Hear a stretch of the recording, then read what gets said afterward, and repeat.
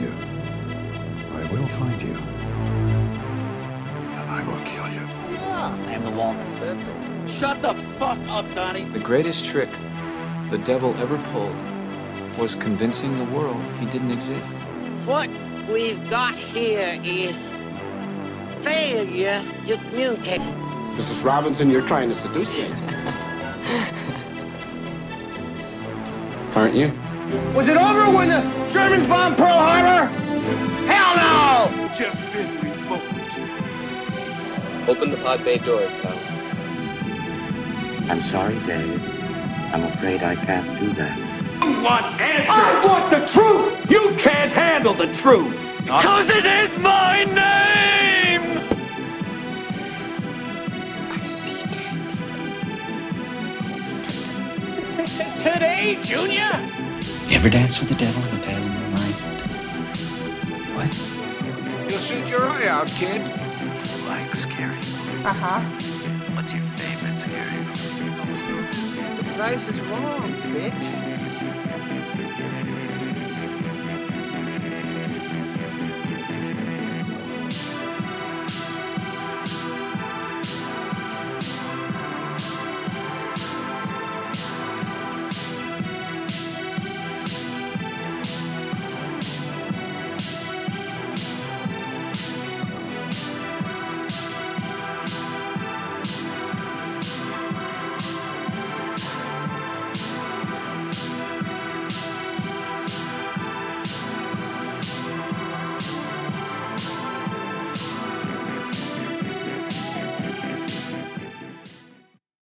Welcome to Critics Not Cynics, the podcast that tries to prove that you can be a critic without being a cynic. And this is our, thankfully, second YouTube video recording of the podcast, and with the other co-host, as it's a kind of a revolving door between you and Leslie. This is the other Pat or Patrick. So, Pat, how's it going? Oof. I mean, this is a little bit strange now that we're all set up. Well, we could be better set up, but we're working with it. I'm trying to learn a lot of things on the fly. I think we'll have it on this one where I'll actually have our logo kind of down in the bottom corner of our screen. So that's going to be kind of nice. And I've learned some other tips and tricks, but it's going to be a process. But we'll get there eventually. We'll look like a professional YouTube show here before too long. It'll be a lot nicer when we have better sound quality, because I'm sure that these headsets are atrocious. Well, your headset sounds like, as one of our favorite guys on another show, it sounds like he's talking through a tin can, because you're on a headset and I'm on an actual mic. So it's a little bit different. Oh, yeah. But maybe everyone will be able to hear you clearly now, because it's no longer us sitting and sharing a mic. So. Which is probably also just as bad. It would have been the same sound quality, but it might have sounded like you were a little bit further away. But we'll get there. So this week we are going to be discussing Malignant, which is now in theaters and currently also streaming on HBOMax. We both watched it via HBO. We're going to give our general thoughts of the film and score it in this kind of first part of the episode, because to really dive into this movie and to really kind of look at it through a critical lens, we've really got to talk about the spoilers. And so we don't want anyone who hasn't seen it yet to just have it ruined for them. So we'll give you basically the full gist, and then we'll really explain our scores in the spoiler section of this episode, because it's really hard. We were talking about this before we started recording. It's really hard to talk about this movie without talking spoilers. So this is the new James Wan horror film, and I am a pretty big fan of James Wan. I've really enjoyed, Saw was his first movie that I had an experience with, which is pretty much his first movie. Then you've got like Insidious. You got the Conjuring series, and then he kind of broke the mold a little bit and did Aquaman, which was really good. And now he's kind of going back to the horror roots, which I don't know if it's a good thing or a bad thing. because I kind of like that he branched out into the comic book genre with Aquaman, and kind of really showed that he could do films outside of just horror. I don't know. Do you have any thoughts on that? I did enjoy Aquaman. I mean, it was definitely not like I wouldn't say that it was like a perfect movie by any means, but like it definitely showed that he has the capability to do some other shit. Right. And I mean, like, there were some horror elements, like specifically the trench scene, where he really used his skills as a horror director and his horror background to really kind of add some ambiance to that scene in particular, and I think it really worked. But it did show that he is more capable of just directing horror, because I feel like a lot of directors that start out in horror kind of get pigeonholed, and they can only direct horror. And if they try to branch out, their projects either don't work or people criticize them.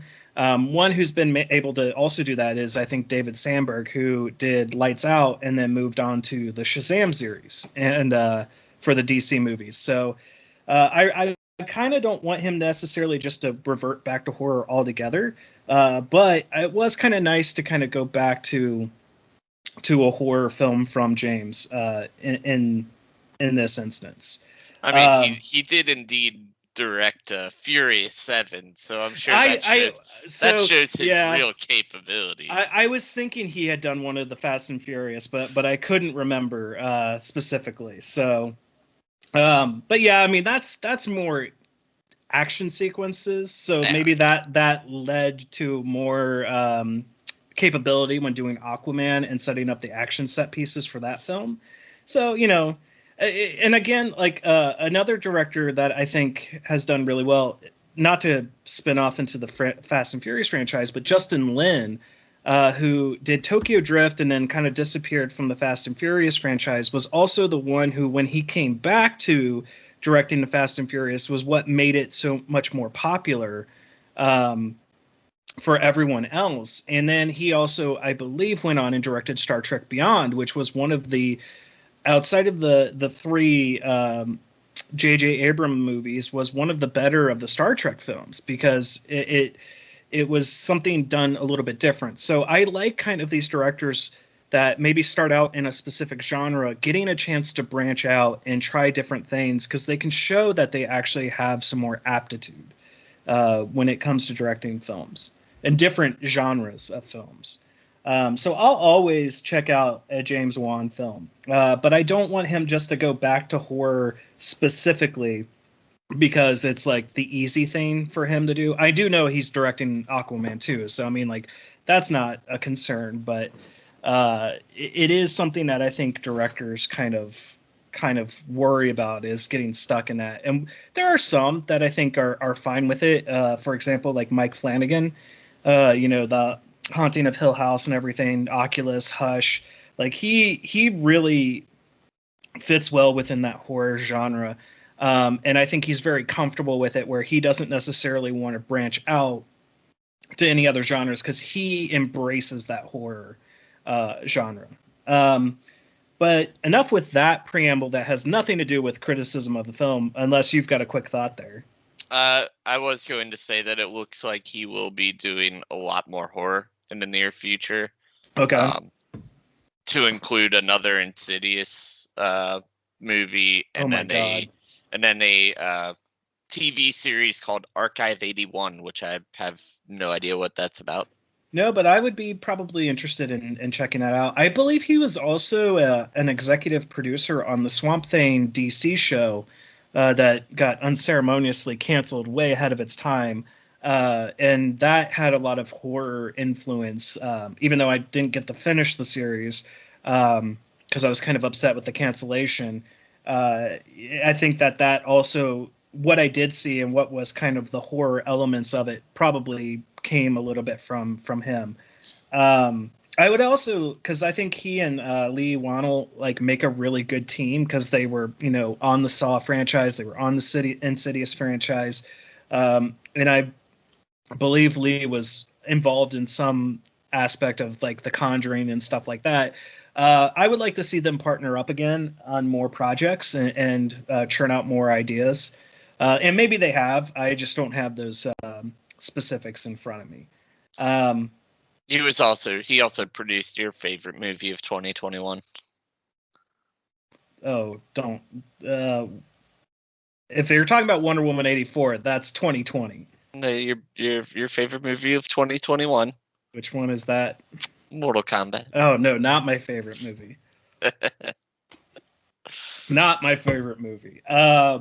Okay, so the basic premise of Malignant is that Madison is paralyzed by shocking visions of grisly murders, and her torment worsens as she discovers that these waking dreams are in fact terrifying realities. You brought up an interesting thing as I was starting to watch the film. You wanted to explain something to me, but I told you no, and you were concerned that I was going to think one thing versus the other thing, and that this was marketed to be one type of film, but in your viewing experience, it was a completely different film. And I myself had not watched any of the trailers.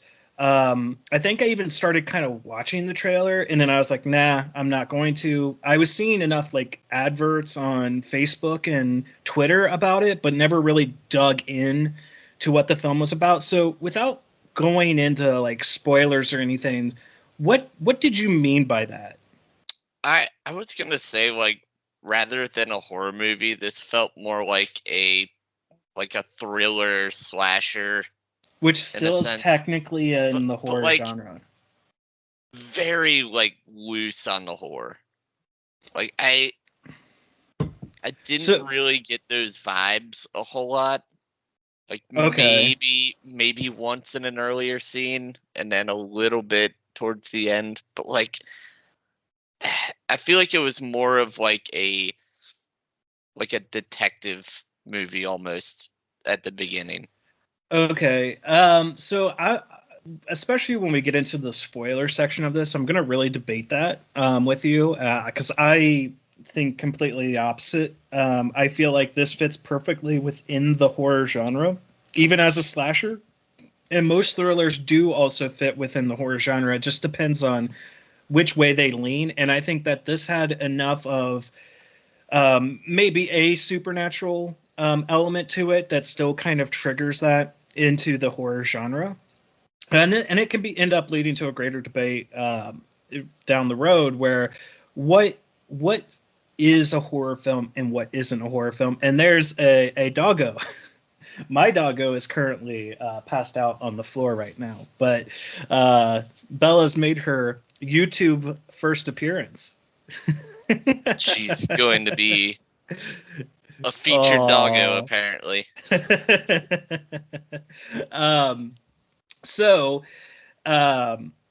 Okay, this film, and I want to make another quick argument, because you and I both have the same kind of perspective on this, where kind of this simultaneous release between theater and home streaming services is probably a good thing that shouldn't go away, given the current, even just COVID aside, like if the pandemic wasn't still currently ongoing, I think that this is a natural evolution that may have come along at some point, because we've kind of seen it with Netflix and the Netflix original films, and bigger actors signing on to projects that go straight to Netflix or go straight to Hulu. That the experience I had with this at home, because as you know, even though you don't care that I got this, I got a backlight for my TV. And the type of backlight I got actually captures, it's got a camera that captures the entire screen. So then it organizes or syncs the lights to what's happening on the screen. So in like one of the instances, and later on in the film, when the detective is like moving his flashlight, the lights on the top of the screen are kind of moving along in the direction of how he's moving the flashlight, and also changing through different colors. So the opening sequence of this film, with all of the electricity stuff going off and the flashing lights, there was really cool ambiance created by my backlight that I really think enhanced my viewing experience. And given a theater experience, you just have your screen. And so I kind of like this because it got me more in the atmosphere of the film and enjoying the film and kind of really immersing into that overall aesthetic. I know you probably didn't. You don't have that type of experience because you don't have a backlight. But would you maybe have reacted to the film differently had you been in the theater and had an audience maybe reacting to all the stuff? I don't think so. Okay. Very early on, like one of the very like opening scenes, like just some of the acting to me like felt, I want to say it felt loose is the word that I would use to describe it. Kind of like that's the take you were that's the take you went with. So let me ask the kind of the exchanges between the husband and wife, between Madison and Derek, or are you talking about the hospital? The hospital. Okay. I don't know. I thought the hospital was meant to be kind of cheesy. So I wasn't expecting kind of high level. Very cheesy. But I think so. It's Evil Dead cheesy. And so like that's probably why it didn't bother me as much. But when it does kind of jump to the next scene of Madison and Derek kind of having their exchanges, a lot of that fell flat for me. That was, yeah, it took a lot for me to get into this movie, to be honest. Like, I think, I mean, I kind of called it from the start, but like it took until like the third act for me to be like, all right, cool. Like this is kind of what I wanted.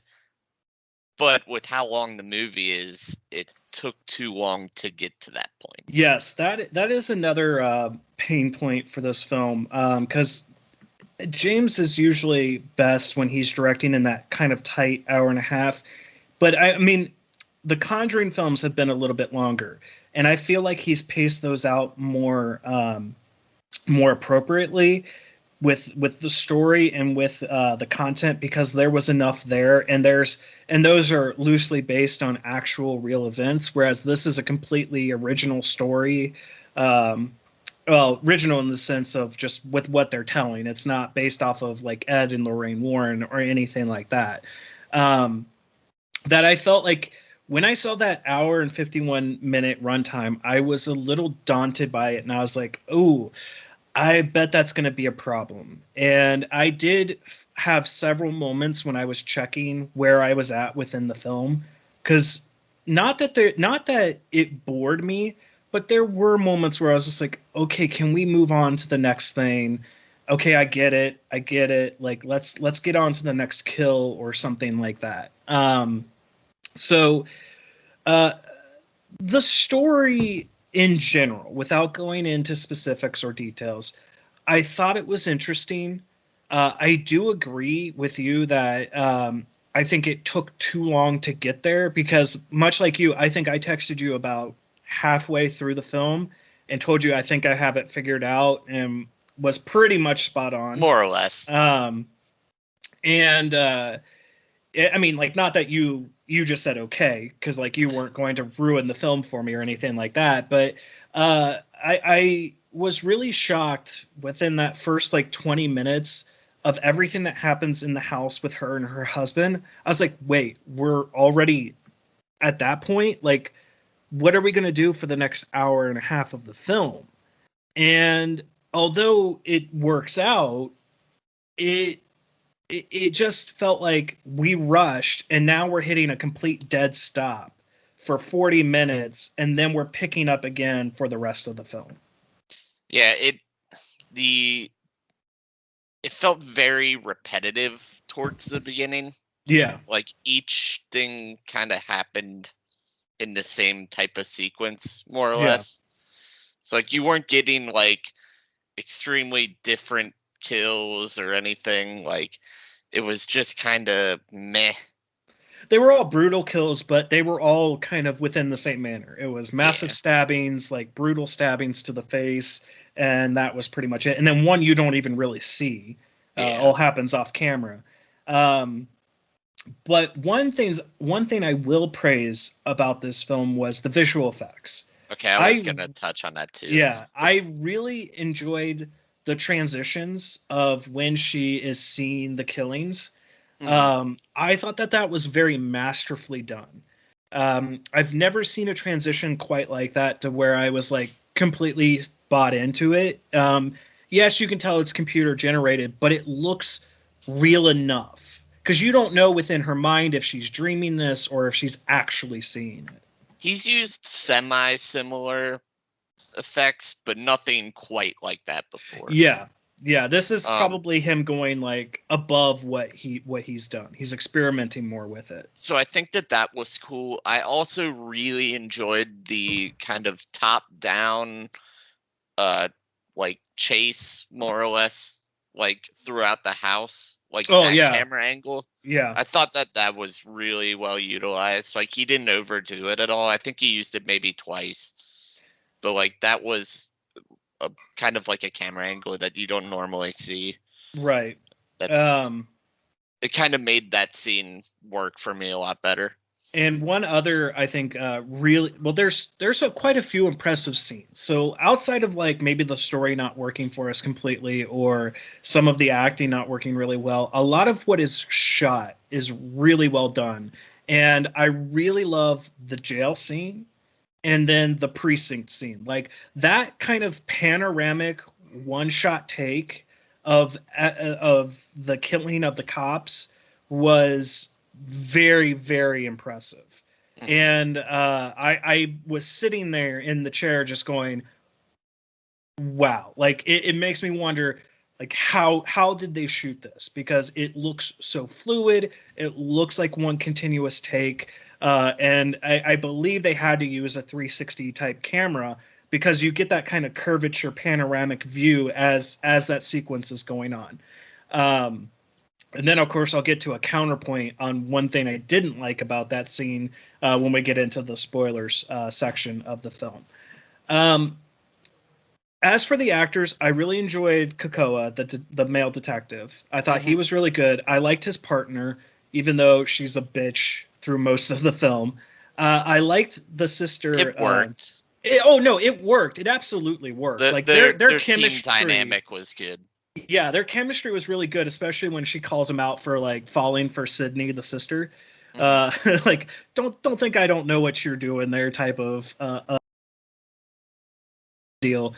But really, and I know the main character, Madison, played by Annabelle Wallace or something like this, she's not the strongest actress. You know her from Peaky Blinders, at least the first season, because she's the one that Cillian Murphy is kind of involved with.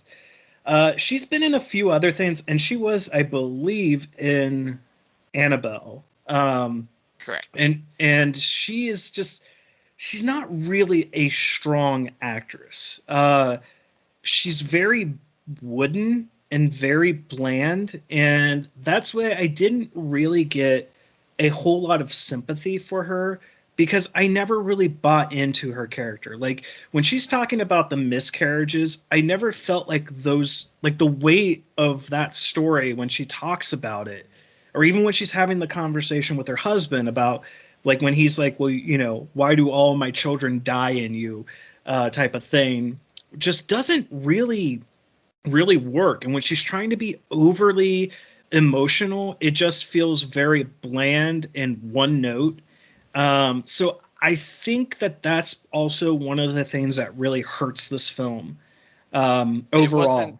It was more of like an exhausted acting more than like a oh shit, he's beating the fuck out of me type acting. Right.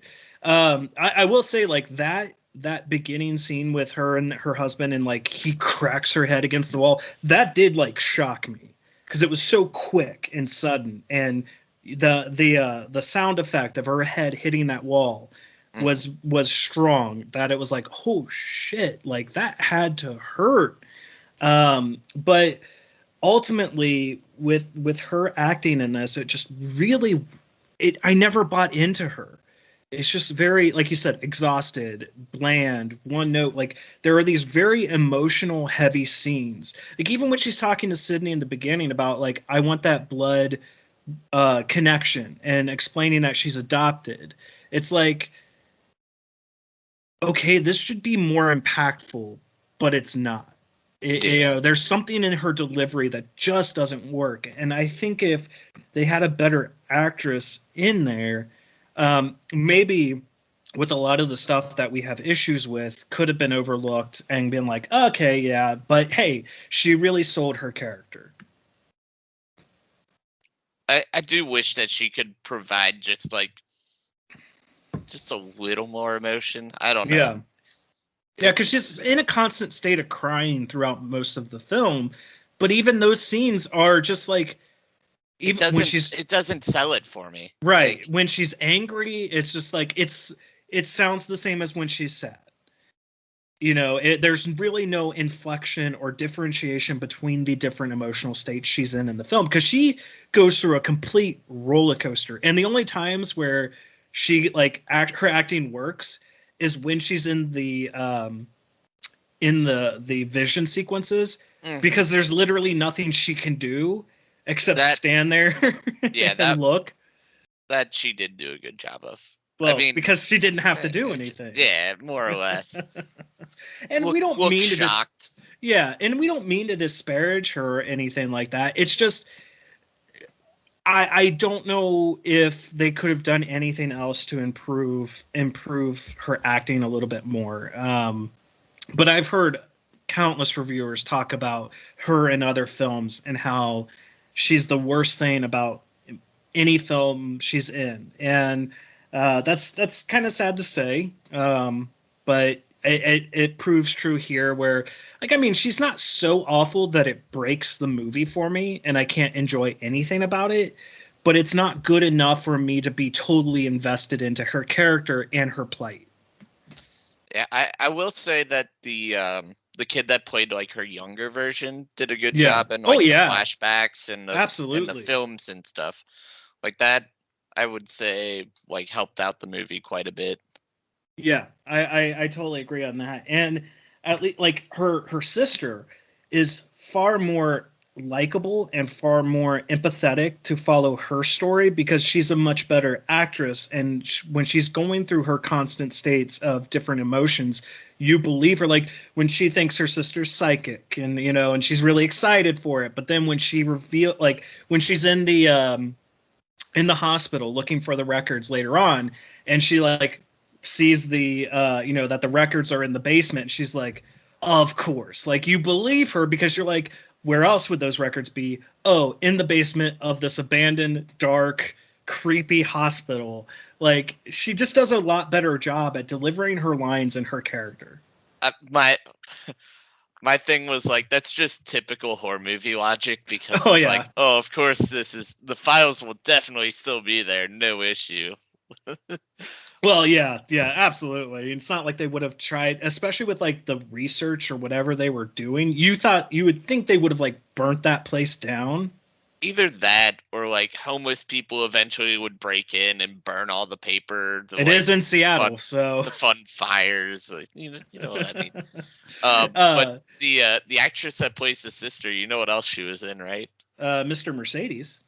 Well, she was the kid in God Bless America. She was not the main kid. I looked at that yesterday. She's not the main one. No, she's the. If I remember correctly, that's right. She's the one with the car. She's the rich bitch. Okay. that sells more for her. You dare question me on my movie research. But God Bless America. God, I need to rewatch that movie. Well, it's been a decade.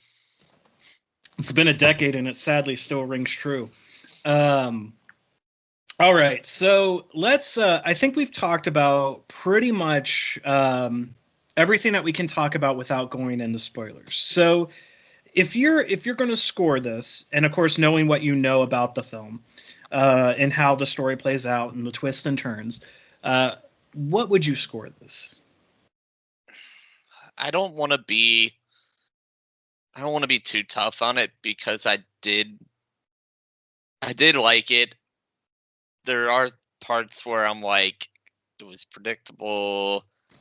I know like one of the things that like the tagline that they were using like in all the trailers and stuff was like this reinvents horror, and I'm like, not really. It doesn't. Nothing reinvents horror.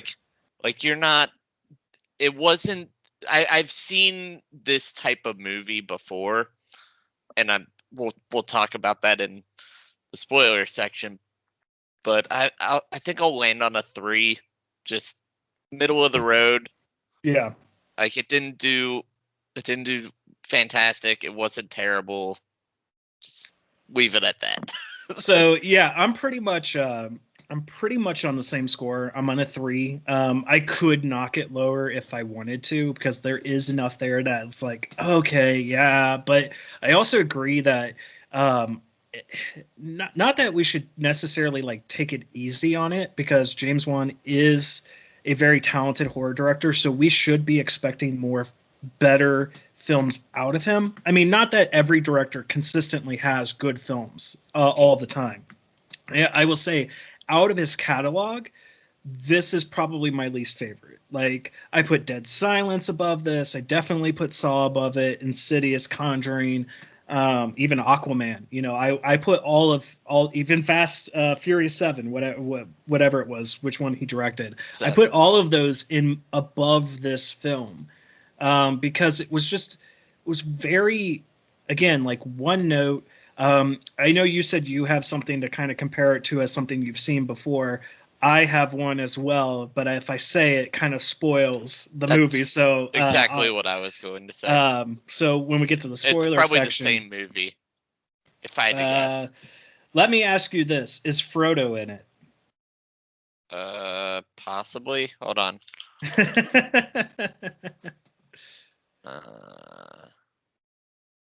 Because that's the movie I'm thinking of. You might be thinking of a different movie. We're thinking of different movies. Okay. So, hey, then that's great, because that's 2 different movies that we can say that this kind of leeches off of. Or not necessarily leeches off of, but reminds us off of. And I will say, too, like, because I, again, didn't watch the trailers, but any trailer, and I know it's not, you know, anyone that is worked on the movie. It's usually some PR company or an early access reviewer that gets to see it. Anyone that says this reinvents the horror genre is wrong, because the horror genre is very well established, and all we get are variations of pretty much the same stories. And that's not a knock on the horror genre. It's my favorite genre. It's what, like, my problem with Hereditary, because everyone like praises Hereditary as this great horror film, and I do not like it. I do need to revisit it, but it's, to me, Hereditary was a bland, one-note, overbloated, let's try to be pseudo-intellectual, and when it got to its big reveal, it was nothing. And yet people were talking about how that reinvented the horror genre. A film you and I both hate, The Babadook. That was supposed to reinvent the horror genre, and it really didn't. So I will never trust anyone who says this reinvents it. What might lead more credence to it is if someone says this improves on the horror genre, because that is one thing that's constantly happening within the horror genre, is we are improving, we are innovating, we are trying different and new things. And that is one thing I can give James some praises, is he was trying new things. Like that, for out of his standard type of horror films, this is a little bit different. It's a little less on the supernatural side, with still some supernatural elements involved. And so he's trying to get more real life horror versus, sticking with stuff from like The Conjuring or Insidious, where it's like that haunting type story where there's an evil spirit that's going after a family. So any other kind of general thoughts before we move into spoilers? I mean, just credit to him, because like, if you think about it, like Saw was one that did something way different than every other horror movie. Created a different subgenre of horror, which was basically the torture porn. type more thing. or less. Because then you get Hostel, Yep. and you get all the other subsequent films. You got that, and then like just how well he did on like all the the Conjuring when that first came out, like that did a good job. Yes. And, like just the horror elements that he's always used, like they work. This one unfortunately kind of fell flat, but I mean like he's definitely had me in movies where I'm like, okay, like this is pretty fucking creepy. Right. Right. And I agree too. And I think like that's probably why this one hits a little bit lower for us, is because he is trying different things. So he's not trying to be rote and just repeating the Insidious, repeating Conjuring, even repeating Saw. He's trying new things, and he's seeing what works and what doesn't work. So I think when critics talk about this film and he listens to it, he can go, okay, I need to improve on this factor, or I need to adjust this just a little bit more. And so definitely credit to him. And this isn't going to be the film that I'm like, nah, I'm never watching another James Wan movie ever again. So that's it for general thoughts. Yeah, I think so. All right.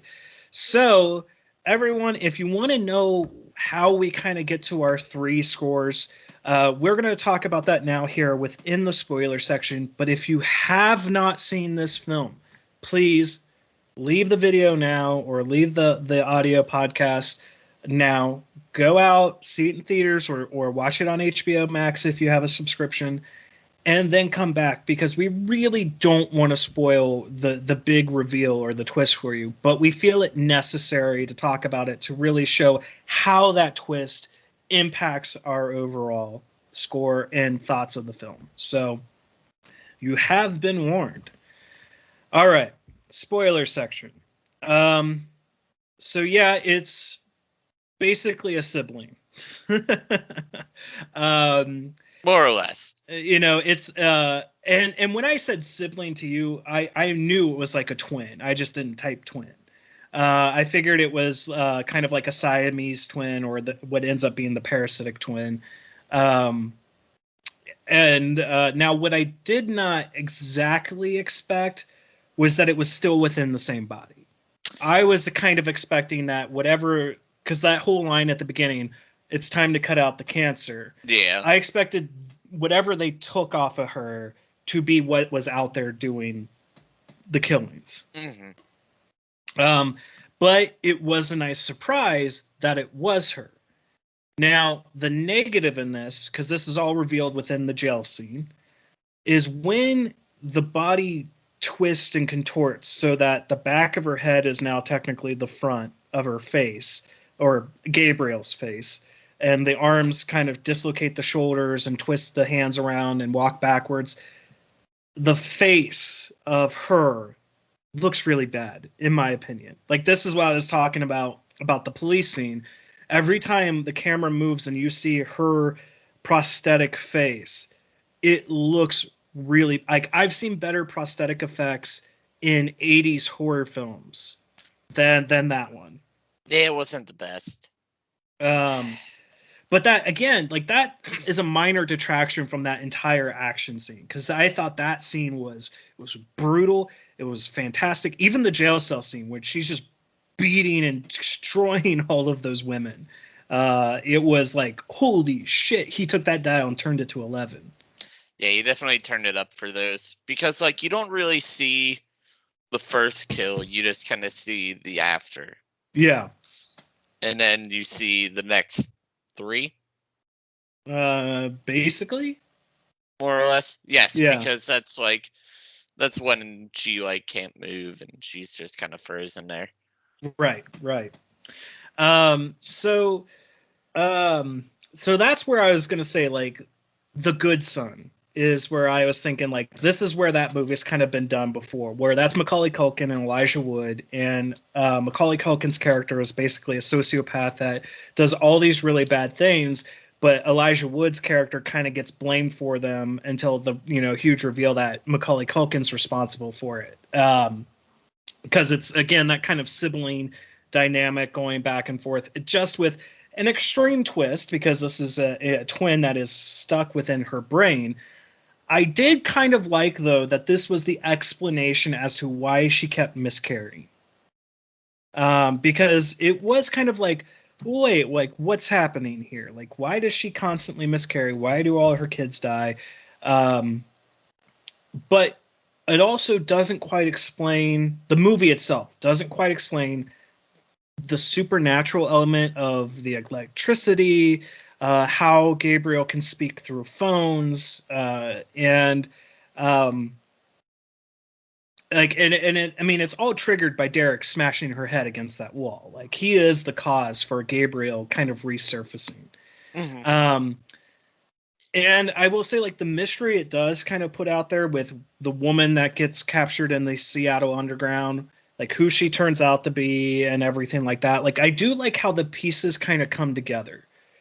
But the end, I think, was my most egregious moment where it's like, oh, so everything's okay. Like, cops are just going to let her be. That's that's exactly what I said at the end. I was like, so no one's getting held responsible for this? I mean, technically, like, you can't hold her accountable because she was not in control of her body. It was whatever's still in her brain. But like, you're gonna lock her up, right? Like, well, any defense attorney would say, like, you know, she had no control. Like, she literally was, as like, there's enough witnesses to see that there was like no way she was in control of her own body. Yeah, but like, also, how do you let that go by? Because she literally murdered a whole precinct of cops. Yeah. So that's the thing that bothered me was, like, they're in the precinct and she's shooting at her. Yeah. And, like, missing from 2 feet with a shotgun. Yeah, you know, that was something too. Like, I'm like, how is Gabriel? Go ahead. You're gonna miss from like 2 feet away with like. Well, it's not even the fact that she missed with 2 feet away from with a shotgun. It's the fact that an entire precinct of cops could not hit her at all, because like, I think even Kakko was able to do something in the one doctor's apartment. I think like he wings, and that's another thing too. Is like any damage that's done when Gabriel's in control never seems like. That whole sequence of jumping from the fire escape all the way to the bottom and running through the whole underground, like, okay, I get that she wakes up with blood on her pillow from her head, which is the telltale of like, okay, something's happened. Yeah. But she's not like, God damn, I am sore as a mother, because like, I don't care how strong you are, that's going to have some impact on your muscles, bones, whatever. Like, so how is she not having any actual impact to her own body? Yeah, I feel like that was pretty loosely explained, like, or not. Well, at all. She did say, like, well, if he was in control of my body, it was my strength. But still, like, you're gonna strain some muscle at some point. Yeah, like that, and shit, I had one other thing. That and the just like how this thing knows how to like move and kill like that fast, like, right, without any real like experience. Like, I don't know, that was weird to me. Yeah, like how it could take control of her body, dislocate her shoulders, like twist her hands around, do something with her like shins so that it can walk backwards, like almost like it's normal.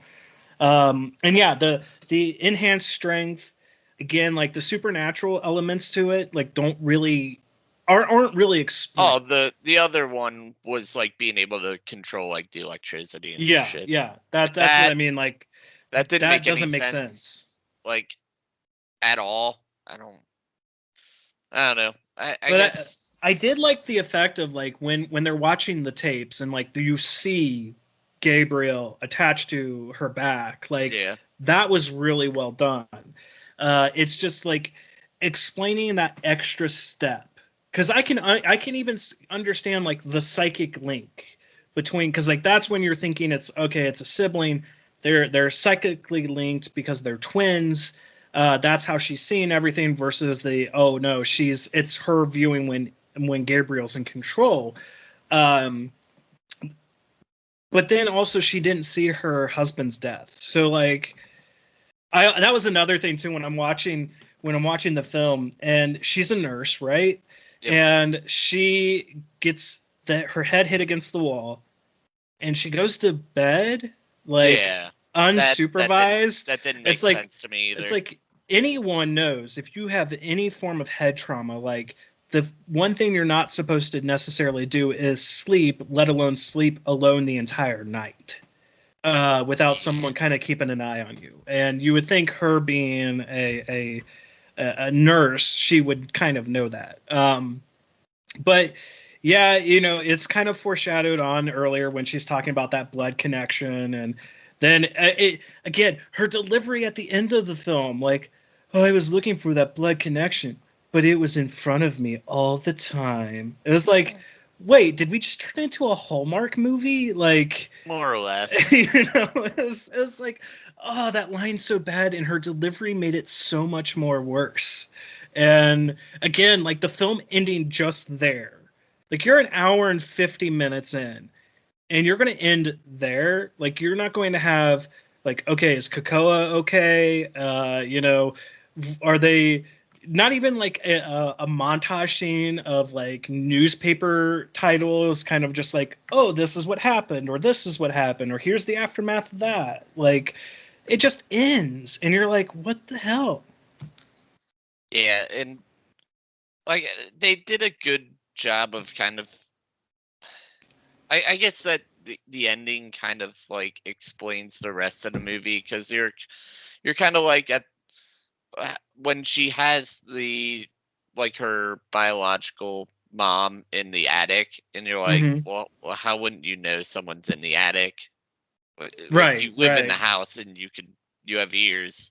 But then I guess that's all explained under kind of that umbrella of him making her see what he wanted her to see, more or less. Right. And like her not even knowing, like, because he even says in the interrogation room, it's like, the bitch didn't even know I was nesting in the house. Like, so it's kind of him, like, it's how we choose to see and not see things. Like, you can walk down a street, see someone getting mugged, and you can manage to cut that all from your own peripherals if you wanted to. Mm-hmm. We choose what we want to acknowledge versus what we don't want to acknowledge. And when you have that kind of parasitic entity in your brain, it knows, especially with kind of, they try to explain it in the tapes, like how it's connected to kind of the visual cortex of the brain. So like when it sees things, or when Gabriel sees things, like she can see it because he's allowing her to see it. It's loosely explained. It's not, spelled right out for you. Yeah. So I think like, and that's where I was going to say. So why I think that this fits within the horror genre is it is a kind of inhuman slasher. It is going after people, and there are gruesome kills, and there is that tinge of supernatural element, especially with the electrical stuff. So, and like being able to talk through phones or through radios or any other type of like electronic device, that it may fit in more like Michael Myers territory versus like even a Freddy Krueger or a Jason Voorhees type slasher. So that's why I think like you're kind of wrong that it doesn't really belong in the horror genre. But I can still see where you're coming from with your argument too. Yeah, because like the entire first few sequences felt like a cop drama almost. And those are those moments where that's where the movie really dragged about the 40 to 50 minute mark. Cause that's where I was kind of like checking the time, is when it's gonna just go check on this kill. Yeah. All right. Let's go check on this other kill. We're going to go knock on the doors of the hotel or the apartment complex and everything. And then once it's the third doctor, like that's where it kicks back into gear. Cause then you see Krakoa seeing Gabriel and not her. Because, the suspect is her from the beginning. His partner's like, oh yeah, abusive, husband, she did it, and like technically she's right, but also at the same time she's wrong. And you can maybe like assume that maybe she is actually doing these killings until like you see Krakoa actually seeing Gabriel in his black get up. Yeah, right. I don't know where he got that or how it makes sense that would be what you would choose to wear, but all right. Right. So yeah, it's just like a lot of those little things there here and there really add up to what kind of took away from the film. I think like if I almost would have preferred it if it had been that kind of psychic connection. I mean, we've seen it in like Supernatural, we've seen it in a bunch of other different horror films where there is that kind of link between twins. I think that probably would have made it a more interesting story where maybe Gabriel was going around and setting her up for these murders and a lot like that, but she was able to see the murders and then have the cops suspect, and then you have the big reveal and everything like that. Or good. The weird thing though is that she sees it from a third person point of view when it would just make more sense that if well, I think the third person view is for us. It's not necessarily for her. It's for the audience. Yes, however, are you saying that you think that she was seeing it through a first person point of view? Yeah, because like when she's in the third doctor's hotel room or whatever, like she's seeing Krakoa and trying to tell him the killer's still there. So like she's seeing directly straight on from that different perspective. We're seeing her from the audience perspective. So I think if it had shifted to a POV for her, without establishing that POV earlier on in the film, it wouldn't make sense to do it. And so I think the third person perspective is solely for the audience to be seeing her rather than what she's seeing. Because like it's not like she's seeing, like a 360 view of the room necessarily. It's just that we're seeing her through the lens of the camera. Oh man. The one that I was going to say that. Oh yeah, what film did it remind you of? Very loosely, but I would say The Eye. Oh yeah, I could see that. Yeah, absolutely, because that's the eye transplant, and then she's seeing through. Yeah, I could totally see that. People. But yeah, the good stuff for me was just because it's like it's the sibling type thing, and That's there's fair. the evil one and the good one and whatnot. But yeah, I think it was a good effort by James, especially like we said, he was trying something new. He's not trying to stick to the trope of ghosts and demons and stuff like that. Even though there is like a little bit of an element to that, because like her name for Gabriel is the devil and everything like that. But I also probably needed to know more of the mother's backstory, because like that's just quickly glossed over. I think it was like she was raped and she was 15, and so she just gives her babies over to that hospital, which is understandable for a 15-year-old, but like who was the rapist, like what, like I wanted to know more about that story, because I feel like that would have impacted more of maybe my empathy or understanding of who these two entities are, who Madison is and who Gabriel is. Not only that, but like, I mean, you're gonna get raped and that's the outcome. Like that's just terrible luck. Yeah, like yeah. Like not only did you get raped, but like parasitic twin thing. Like Jesus Christ. Right. So it's like, I mean, it would make more sense like maybe if it was like maybe like a family member or something had raped her, so like that would lead to the genetic deformation and why the like one twin would be like that and then she would be fine. Playing intensifies. Yeah, so something that just would help explain a little bit more as to how Madison and Gabriel were created, rather than just like quickly glossing over, because I'm like, that's a pretty big detail. Yeah, especially with Gabriel having sort of like psychic abilities or like right. being able to control electricity and all that shit just doesn't really add up to a satisfying conclusion. Yeah, because like if you're going with something, I mean, this isn't really like a plausible thing, but if we're trying to deal with something that would be in the real world, right? Like you wouldn't want to have like someone being able to control electricity. Like I'm okay with like the conjoined parasitic twin, like that's shit that could possibly happen. Well, it has happened. Yeah, you know? Like that. There not is not to that extent, of course. No, but like that's what I'm thinking. Like he wanted to go more real world, but then decided to throw. He didn't want to go all the way. Right. Like that's where I think like I would have enjoyed it more had it been like they excised the twin, and then like threw it away, and then it somehow survived, and then you can still get the psychic link and me to be able to believe it, you know, like as more believable than what we got, you know. I think the way you could have worked it is it did get fully removed. Yeah. And one of the doctors went rogue. Oh yeah. And nursed it. Yeah. Yeah. Like say the place shut down like right after, and like that person just like kind of like locked it up there, raised it there, and like eventually it got out or something. That would even make far more sense. Like I think so. I just make it a little more real world, and just kind of, I don't know. Well, I'm just speculating. I'm not a writer.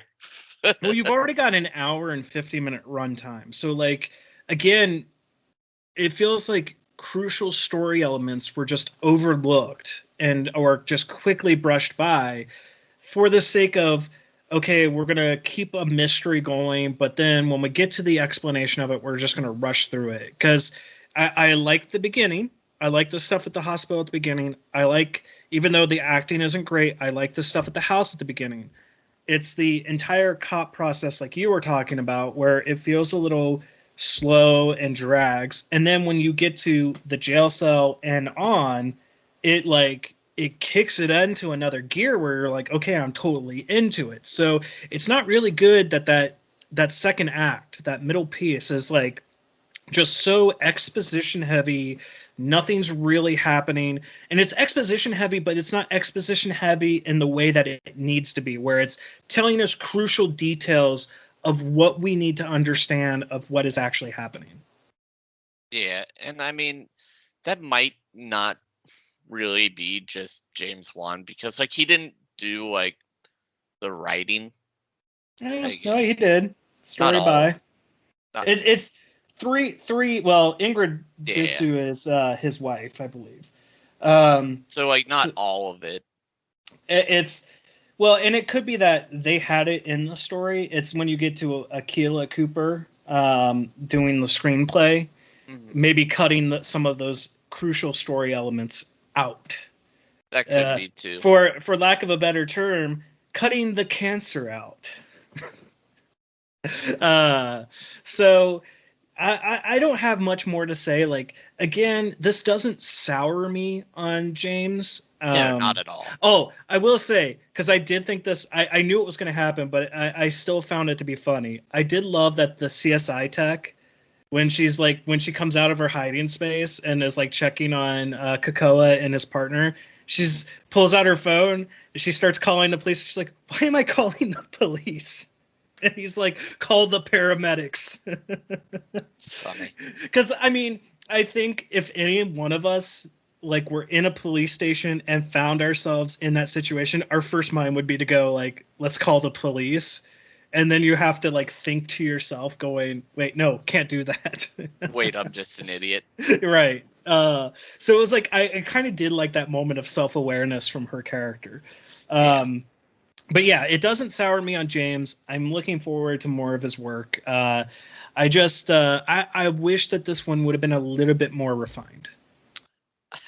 It's funny because like it gets to the ending and it does the scene where the light bulb. Oh no! Where Okay. he kills everyone. Yeah. And I'm like, oh man, this is awesome. Like, I didn't expect this. And then it turns out to just be her manipulating it. Which I figured. I was like, there's no way this is the real ending. But like, that would have been cool if he just like did that, just like to where he kills. That might have won me over. Have won me over. If he killed everyone and then it just like went to black, Ended? I would have been like, yeah, let's go. Yeah, because for me, like, I expected it. Like once he killed Sydney, I was like, all right, this isn't happening. She's in control now. She's manipulating him, and then of course we're quickly revealed, and then her creating kind of the mind cage, and just that again. Her delivery is so bad where he's like, I will get out again. And she's like, yeah, but I'll be ready. I'm like, oh my God, can you deliver it more with more inflection? Literally, she delivers all of her lines in the same manner throughout the entire film. There's no difference in inflection. There's no different. To be fair, that's how she is in Peaky Blinders as well. Well, yeah. But I mean, it kind of makes sense in Peaky Blinders. Rather than like in a film like this where she's a highly emotional, going through a whole roller coaster of like, what the hell is happening to me? I don't know what's going on. I've got this backstory I don't know anything about because of electroshock therapy, and then uncovering it. Like maybe the best scene, because it's not even really dealing with her, is the hypnotherapist. And then like once she is remembering that she almost killed Sydney in the womb, like she screams and like you got the storm outside and everything. Like maybe that was one of her better moments because she actually had to do something outside of speaking and crying. Yeah. I will say that her character in Peaky Blinders is very much the type of character similar to Rick's wife in Walking Dead, where it's like their character dies and you're just like, all right, cool. The show can move on now. You kind of get happy that they're the like Lori was one of the things that just really drug down Walking Dead for me in season 3. A lot. All right, so I think that's going to do it. Unless you have any other final thoughts, we ended up doing a little bit longer than I think what we planned on. Yeah, I think that was pretty solid. All right, guys. Well, this does it for our second YouTube video. Like, I know it might sound weird that we keep like talking about it, but we've been talking about trying to get stuff up on YouTube for a long time and finally managed to do it. So I'm just really excited. So if you are watching us on YouTube, leave a comment down below. Let us know what you thought about the movie. Just, please keep in mind, like, don't leave spoilers in the comment sections, but whether or not you agree with us, disagree with us, like the video, subscribe, that whole YouTube shtick, every YouTuber does it at the end or beginning of their video. And if you're listening to us on audio, you can also find us on iTunes, Podbean, Spotify, SoundCloud, Google Play, Audible, Amazon Music, basically any podcasting service. And if you wouldn't mind leaving us a rating and review on those services, we'd appreciate it. If you want to write into the podcast and have us talk about your thoughts of the film, you can write into criticsnotcynics@gmail.com. And you can follow us on social media at criticsnotcynics on Twitter and on Facebook at Critics Not Cynics Podcast. Links will be in the description. And we will talk to you guys next time.